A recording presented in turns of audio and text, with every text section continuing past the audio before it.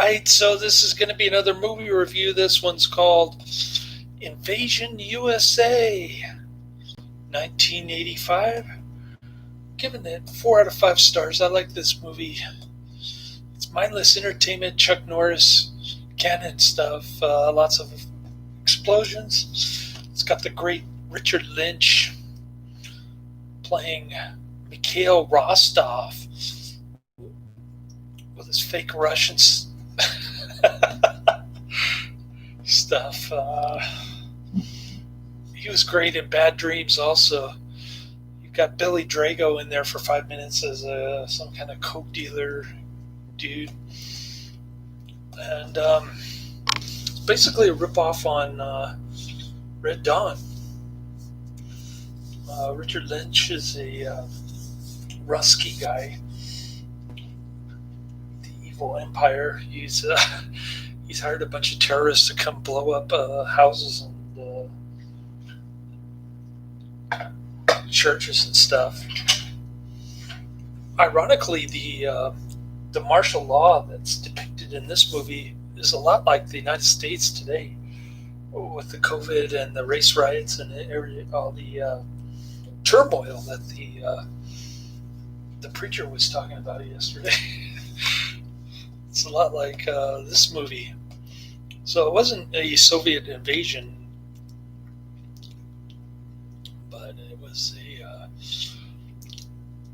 a fake virus, a satanic mask moron ritual that turned the United States into this hellhole that it is right now.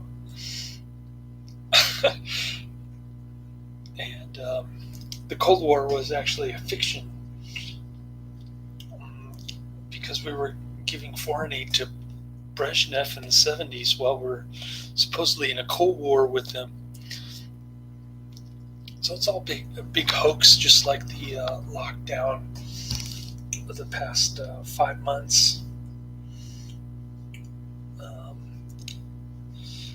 Almost 5 months. It seems like never-ending lockdown.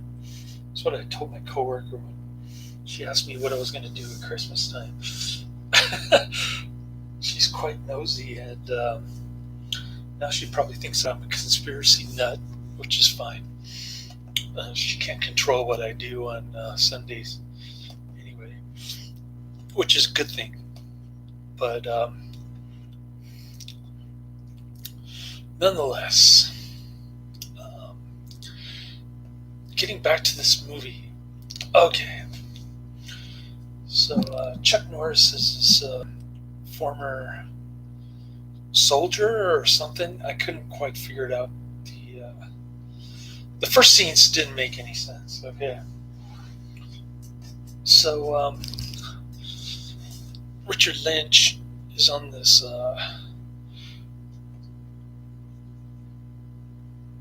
patrol boat, U.S. patrol boat, for some reason I can't understand. Coast Guard or something.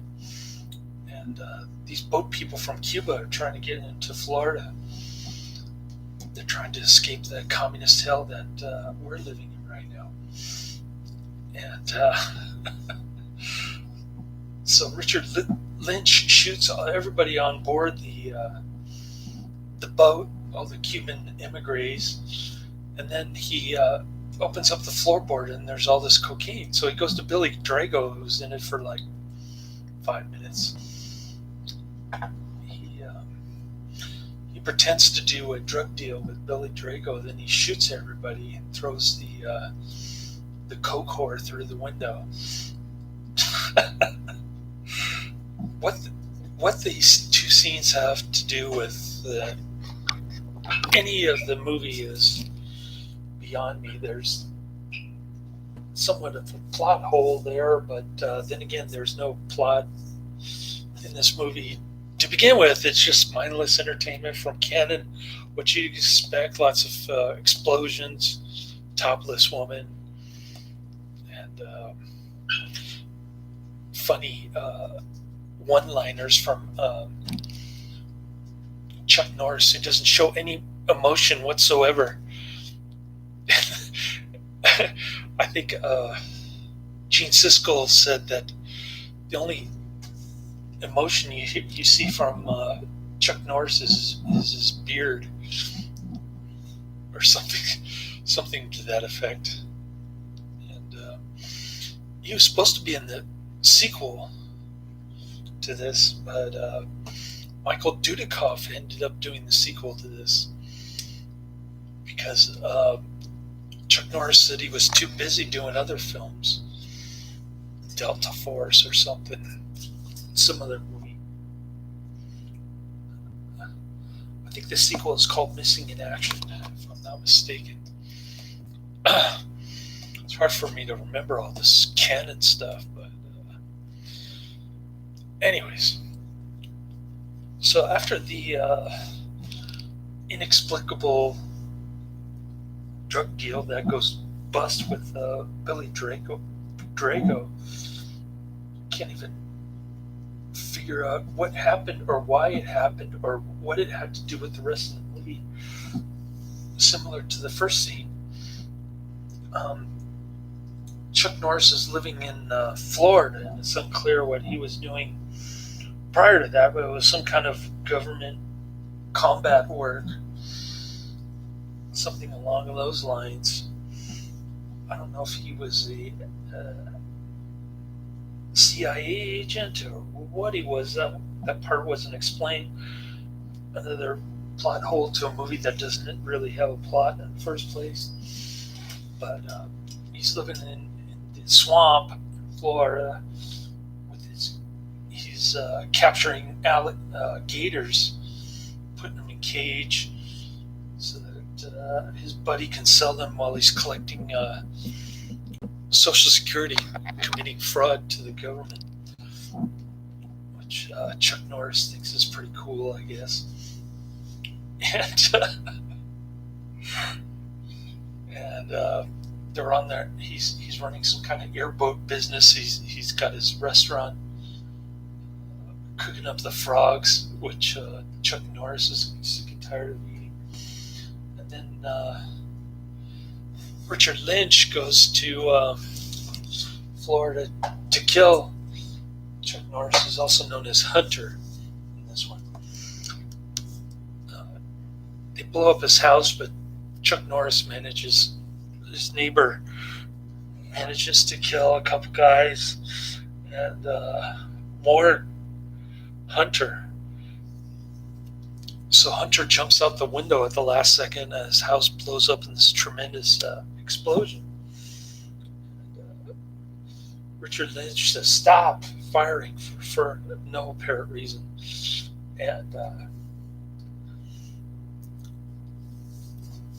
And they leave, and of course Chuck Norris is still alive, so he decides to go after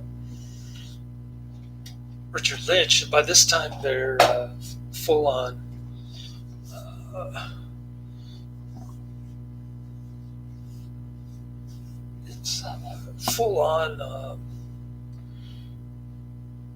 terrorist happenings, houses blowing up, and somehow, some way, Chuck Norris is able to torture his way into determining where they're going to strike next. He uses a knife to stab this guy's already injured hand to get him to spill the beans a little bit. And then Richard Lynch kills that guy. And they try to blow up a church, and Chuck Norris steals the explosive bomb and drops it on him. He says something like, "Oh, this is yours? You can have it back," or something. He says something really corny. Great one-liners in this one. It's like it's a lot like Death Wish, in the sense that he's being hired by somebody, some government person, to take his job back.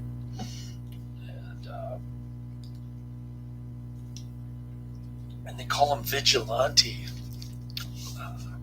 because he's kind of like a one-man army going up against these terrorists.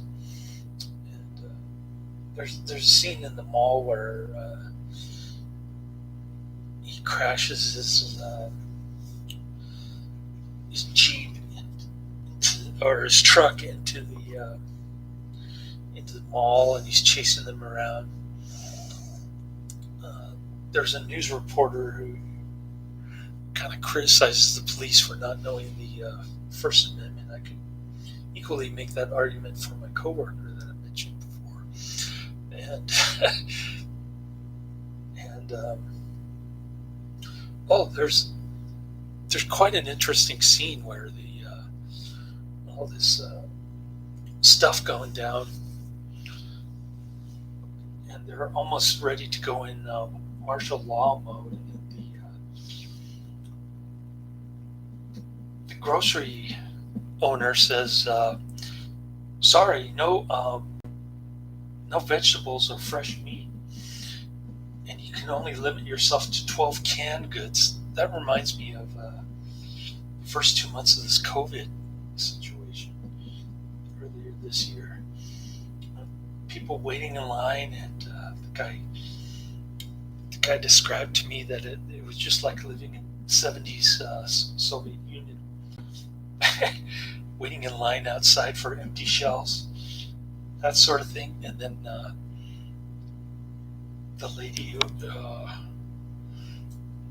at the Safeway on Noriega said she was yelling that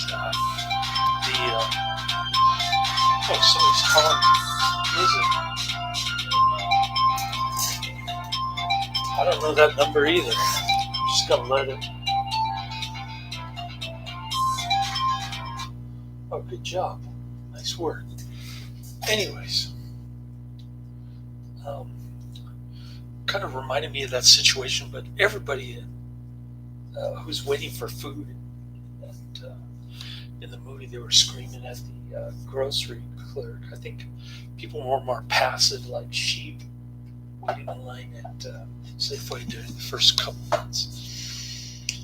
It wasn't as bad as the other stores like Trader Joe's, where they were spraying people's hands, crazy stuff like that. But or those Asian supermarkets with forcing people to wear masks before the ordinance kicks in. That kind of thing. That really irritated me to no end. I don't want to go back to Trader Joe's or those Asian markets, Daly City, like the Ranch 99 or the Korean market on Sullivan. I think it's one of those streets close to the freeway. But that's where I was getting my spicy ramen. So I kind of gave up on the spicy ramen. I'm buying the lower quality, cheaper, $1 or less per pack type ramen. I tried Top Ramen. It tasted pretty bad without the soup, just the seasoning. And then I tried the Maruchan. It was about the same. It only tasted halfway decent with the soup, but still it wasn't that great. And then I got this new Japanese noodle. I forget what it's called, but got it for 99 cents at Safeway. They were out of ramen. It's another shortage situation on the ramen shelf nowadays because people are, their unemployment is running out this week, and they're gonna have no more money left. But anyways, pretty cool film. Chuck Norris, they try to attach a bomb to a bus where all these kids are going up to the countryside where the parents say they'll be more safe. So he takes the bomb with 25 seconds left. He takes it off the bus, and he throws it in the car with the bad guys in it. He says something like, "I think this is yours. You can have it back," or something. Pretty funny stuff. Anyways, yeah, it's mindless Canon entertainment. That's why we like Canon. Got very bad reviews, but it broke box office records during its opening weekend. And we're talking 1985, Chuck Norris. Anyways, pretty cool flick. I won't say highly recommend it or check it out, but it has its moments. It's got a lot of action. It's about what you'd expect from Canon. All the explosions and the